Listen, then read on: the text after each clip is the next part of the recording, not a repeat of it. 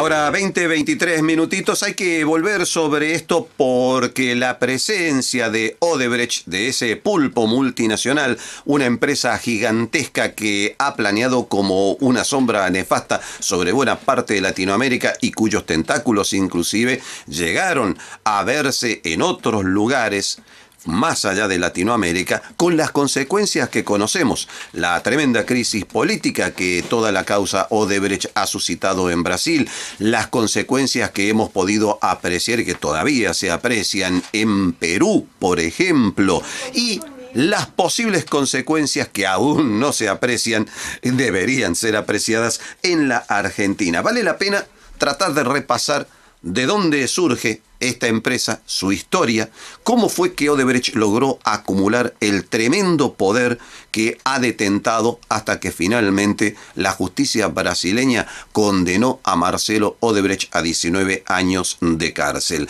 El escritor, abogado y economista Ángel Lockwood es el autor de Odebrecht, la caída de un imperio corruptor. ¿Qué tal, Ángel? Buenas noches. ¿Qué tal? ¿Cómo te va, Ricardo? Encantado de saludarte. Bueno, está planteado el tema, ¿no? Me parece que es una historia que merece ser repasada y vos lo has hecho en detalle, ¿no? Bueno, he escrito algo. Este es un tema del que cada día surgen informaciones distintas. Cada semana en distintos países se van conociendo juicios.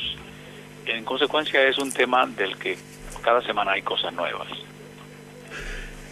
Sí, me imagino que de alguna manera habría que ir agregando nuevos tomos, ¿no? A juzgar por la magnitud de las revelaciones que se van sucediendo. Pero lo que nos importaba saber en este caso eran los orígenes de Odebrecht. ¿Cómo es que llegó a convertirse en el monstruo que llegó a ser?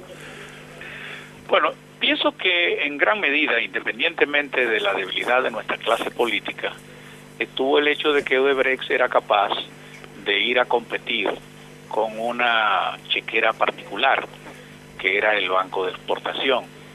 Era muy fácil competir cuando disponía de los fondos para financiar las obras. Eso además le permitía, en el caso de nuestro país, permear no solo a los funcionarios que manejaban el tema de las adjudicaciones en la parte técnica, los ministros y directores, sino además obtener la aprobación de los créditos en el Congreso Nacional. En casi todos los países el patrón ha sido el mismo. En cada obra hay, según han declarado aquí en mi país sus agentes, mínimo un 3% para el pago de coimas, de comisiones, para sobornos, que se reparten entre el funcionario que tiene que decidir y el Congreso que aprueba los créditos cuando las obras se hacen con créditos que deben ir a sanción congresual. Aquí, por ejemplo, una persona que no ha realizado estudios en ningún lugar, que no tiene oficinas de asesorías propiamente dicha, era su lobista, su agente, y él ha declarado que recibió de ellos cientos de millones de dólares. La justicia y las investigaciones del Departamento de Justicia en Estados Unidos indicaron que 92 millones de dólares. Él dice que es más, que lo recibió de comisiones por su trabajo de lobista, que es una profesión que en República Dominicana no existe, y este señor quizás es doctor en ciencias ocultas, porque no tiene ningún estudio, es casi un analfabeto. Y sin embargo corrompió ministros, corrompió legisladores, y durante años, desde el año 2000, hablamos de 17 años, manejó la representación de Odebrecht en el país, como hizo Odebrecht también en otros países de América Latina y del mundo. También manejó en países de África. Sin embargo, no aparecen acciones de corrupción en los contratos que manejó en Estados Unidos, particularmente en Florida. En consecuencia, permeó considerablemente a la clase política de Latinoamérica. Y esto se nota particularmente en el crecimiento y la evolución en su país de origen, en Brasil, ¿no? Pero me imagino, Odebrecht no nació de este tamaño, con ese volumen y esas posibilidades. O sea, ¿cómo fue que logró evolucionar hasta convertirse en una multinacional? Bueno, Odebrecht era una empresa grande. No sabemos si cuando llegó a grande había tenido las mismas prácticas, porque las investigaciones no van hasta el origen. Aunque en Portugal, en África, se evidencian algunas de sus prácticas, pero en las naciones en que eso se analizó, en África, en Angola y en Mozambique, no hay una justicia que permita identificar bien los eventos. Sin embargo, en América Latina fue como un tsunami. Creció de manera abrupta, rápida, básicamente al amparo de la democracia brasileña, porque todos los gobiernos de la democracia brasileña le dieron las facilidades de financiamiento. Yo asociaría un poco, e invitaría a asociar este crecimiento abrupto al hecho de que tenían control de la banca de exportación de Brasil. Ajá. Una economía grande que quiere insertarse en el mundo con empresarios agresivos como estos, con la disponibilidad de financiamiento, porque podían tener hasta un presidente que llamara al banco para asegurarle el financiamiento de una obra en la que ellos iban a competir. No es que fuera solamente Odebrecht. Odebrecht es la punta del iceberg. Buen punto. Es lo más grande, pero no es claro. Odebrecht. Debe haber otros Odebrecht. Debe haber otros Odebrecht. Son muchas empresas de Brasil las que se lanzan al mercado con apoyo del gobierno. Y el gobierno las financia a través de la banca que el gobierno controla. Y ellos se reparten los créditos. Odebrecht es la más grande, la que monta la cartera más eficaz y la que hace un mayor uso científico, aunque sea malo, pero un uso científico del soborno. Y monta una plataforma de sobornos. Entonces, competir con Odebrecht resultaba casi imposible, porque podía dar las condiciones en el momento de las licitaciones que otras no podían dar. Además, las daba con el financiamiento. Desde luego, aquí hay un punto que es lo que aquí en mi país llamó mucho la atención, pero al estudiar el tema veo que en otros países también. Y es que Odebrecht, como una regla, tenía un precio para ganar la licitación. Pero en el desarrollo de la obra, esta iba siendo objeto de modificaciones en el contrato original. En mi país, por ejemplo, un contrato no puede variar más de entre 20 y 25%. Ajá. Que el Congreso lo aprueba, un contrato de 100 millones no puede pasar de 125 millones. Un contrato de 100 millones de Odebrecht terminaba cerca de 300 siempre. Bueno, Ángel, en Argentina sucede exactamente lo mismo. Eso aquí se denomina redeterminaciones de precios, los mayores costos. Sí, aquí también. Aquí es un reajuste. A veces puede ser que se dé por variaciones en los costos de la labor, porque, bueno, pensábamos que ahí había tierra y hay piedra, o en ocasiones porque se van adicionando equipos. El hecho es que por una partida o por otra no hay una sola obra de Odebrecht que no terminara costando más del doble. En consecuencia, eso te indica que había un patrón para ganar la licitación con un valor, que todo el mundo sabía que al final de la obra no sería el valor. Aquí, por ejemplo, ahora hay una planta que todavía está construyendo Odebrecht, que se licita por 1.240 millones, va a terminar 700 millones de dólares más. Cada obra era así, cada obra iba organizando un programa de trabajo ya con los incumbentes, los directores o ministros involucrados en la práctica del soborno, ya comprados. Bueno, pues lo que se iban haciendo era adendums, contratos adicionales que entonces no iban al Congreso. El Congreso aprobaba el contrato inicial con la partida con que se ganó la licitación. Pero luego eso se duplicaba, y más que duplicaba en algunos casos, y esa parte nunca iba a sanción congresual. De esa manera, Odebrecht se quedaba con el mercado. Ahora, es muy interesante lo que vos apuntás, que en el origen de todo esto está el modelo fuertemente exportador de Brasil y la relación con el Banco Nacional de Desarrollo brasileño, ¿no? Así es, con Bandex. Que si no hubieran claro, tenido la cartera de Bandex para financiar todo, habría sido prácticamente imposible que crecieran, porque si hubieran tenido que competir con la banca, de hecho yo pienso que por eso es que Estados Unidos se interesa tanto, y si no es porque Estados Unidos se interesa, en muchos de nuestros países el tema habría continuado siendo un tema desconocido, porque también lograron permear a gran parte de la prensa. En mi país no había ninguna posibilidad de que el tema de Odebrecht, con el control que tiene el gobierno y que tenía Odebrecht a través de publicidad en la prensa, no había ninguna posibilidad de que se conociera. Aquí cada semana el tema llegó porque explotaba en Estados Unidos. En una oportunidad el presidente, que le hablaban de la corrupción que se denunciaba, en una oportunidad dijo, en el año 16, terminando, que le mostraran un caso. Bueno, el embajador de Estados Unidos, el embajador Brewster, que estaba en ese momento, 2 semanas después, le publicó el informe del Departamento de Justicia, en el que se indicaba que República Dominicana estaba afectada por un soborno de $92 millones. Y eso no incluía los... Hola, Ángel. Me parece que se nos ha cortado el contacto. Estábamos charlando con Ángel Lockwood, autor de Odebrecht, la caída de un imperio corruptor.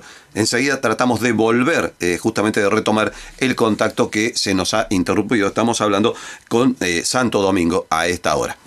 Nuestra extrema humildad nos lleva a disimular nuestros talentos. La perra viva, maestros del disimulo.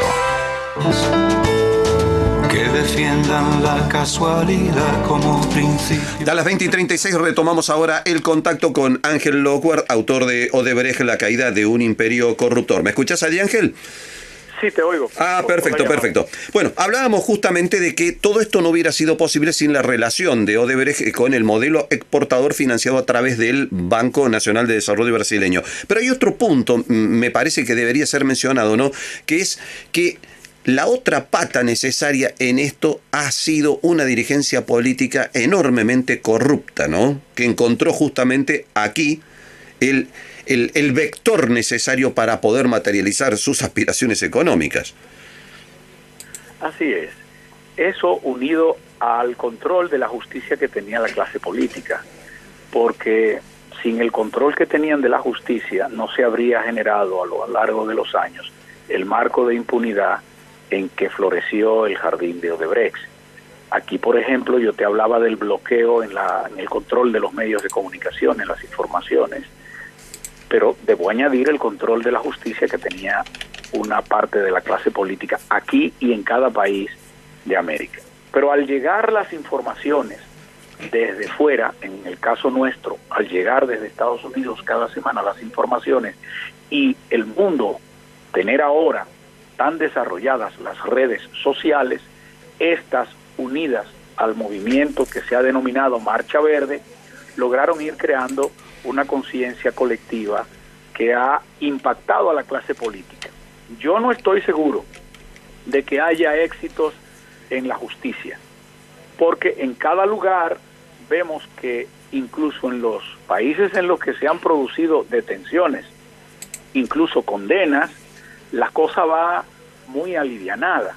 Aquí en mi país es imposible creer que 14 personas fueron los responsables durante 17 años de los tráficos de influencia y de sobornos que se desarrollaron y que se evidencian en la cantidad de contratos y en los montos involucrados. Eso es imposible, pero ni siquiera esos 14 fueron sometidos a juicio, sino que a juicio llegaron 8, y en los 8 hay 3 o 4 que o no son culpables o ya prescribieron los delitos. En consecuencia, cuando se vaya a terminar juzgando, van a terminar 2 o 3 con expedientes muy débiles y pienso que podemos tener resultados frustratorios. En otros países la cosa no ha ido a diferente. Se han dictado órdenes y pocos meses después las órdenes de prisión se han convertido en prisión domiciliaria o en garantías económicas, y al final yo observo en el panorama que el único que sigue preso es el presidente Lula da Silva, y ni siquiera estoy seguro de que esté preso por el tema de Odebrecht, sino más bien por el control político que sus adversarios tienen de la justicia. Yo creo que América tiene que revisar la justicia, porque estando tan controlada por la clase política, no rinde a la sociedad el servicio que ésta espera, ni siquiera cuando son casos tan escandalosos como el tema de Odebrecht. El escenario que acabas de describir se corresponde con el de Argentina, punto por punto. Bueno, no he estado hace días en Argentina, pero es que el escenario en América es casi el mismo. Desde que cayeron las dictaduras y América vio la tercera ola de democratización en el continente, hemos tenido en todos los países patrones de conducta política muy parecidos. La democracia permitió que creciera la rabalización, la desinstitucionalización de los países, que la justicia, en vez de tornarse más independiente, se hiciera más dependiente, ya no por temor, sino por dependencia en la designación o por favores políticos adeudados. Entonces la justicia no se ha convertido en el poder que le garantiza a la ciudadanía el control social y el control jurídico que requiere el poder político. Eso es una pena, porque eso es lo que hace débil en todo el continente la democracia, que si tú la miras, fruto de todo esto, se va debilitando el proceso democrático. América llegó en un momento a tener gobiernos democráticos que lucían estables en democracias hacia la consolidación en todo el continente, menos en Haití y en Cuba, que no la ha tenido. Pero hoy América va en retroceso. Tú tienes situaciones muy feas en Centroamérica, aunque hace erupción Nicaragua, no crea que andan bien Honduras o Guatemala. Suramérica, ya tú ves cómo va, tú ves las crisis recurrentes de Perú, ni qué hablar de lo que está pasando en Venezuela. En consecuencia, yo creo que es hora de que los cientistas sociales comiencen, los medios de comunicación, a replantearse con tiempo lo que está ocurriendo en el continente a los fines de que la democracia no retroceda y no deje el ciudadano de confiar en un sistema que, a pesar de no ser perfecto, como decía Churchill, es el mejor posible. Claro, el problema es que justamente este cuadro de situación favorece esa desconfianza generalizada en las virtudes o en los méritos de la democracia y el surgimiento de alternativas providenciales, si se las puede llamar así, ¿no? Lo que pasa es que la democracia requiere de un elemento básico, que es el que en América no hemos construido, no hemos invertido en construir el elemento básico de toda democracia, que es el ciudadano. En América tenemos seres humanos que reclaman, pero no tenemos muchos ciudadanos que cumplen con los deberes de la patria, y eso hace que las instituciones no se hagan sólidas, porque para que una institución se haga sólida, la justicia o cualquiera, se requiere de ciudadanos comprometidos con la República, y en América no hemos tenido eso. La democracia nos liberó de las dictaduras, pero no nos obligó con la calidad del sistema político y con la conducta cívica del ciudadano. Con la construcción de ciudadanía, en resumidas cuentas, ¿no? Necesitamos construir ciudadanías comprometidas con un sistema transparente. Hasta que no tengamos eso, vamos a tener democracias débiles, raquíticas, que frecuentemente colapsan. Ángel Lockwood, gracias por habernos atendido y habernos ayudado a repasar la cuestión. Un abrazo a la distancia y hasta la próxima. Bye bye.